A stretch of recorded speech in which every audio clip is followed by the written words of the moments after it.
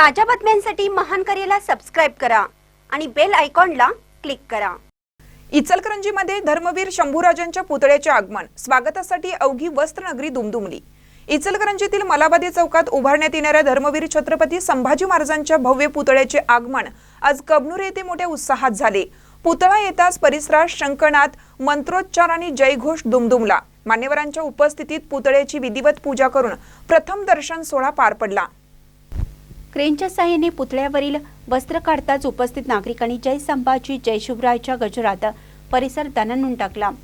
धर्मवीर छत्रपती श्री संभाजी महाराज स्मारक समितीच्या वतीने मलाबादी चौकात उभारण्यात येणारा हा 11 फूट उंच आणि सुमारे 1500 किलो वजनाचा ब्रॉन्झचा तेजस्वी पुतळा मोरेवाडी कोल्हापूर येथील मूर्तिकारांनी साकारला।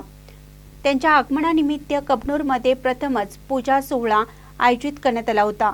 यावेळी माजी मंत्री प्रकाश आवाडे, आमदार राहुल आवाडे, आयुक्त पल्लवी पाटील, सरपंच सुलोचना कट्टी, शिवसेना जिल्हा प्रमुख रवींद्र माने, शिवप्रतिष्ठान हिंदुस्थानचे गजानन महाजन, संजय तेलनाडे, साद जाधव आदी मान्यवर उपस्थित होते।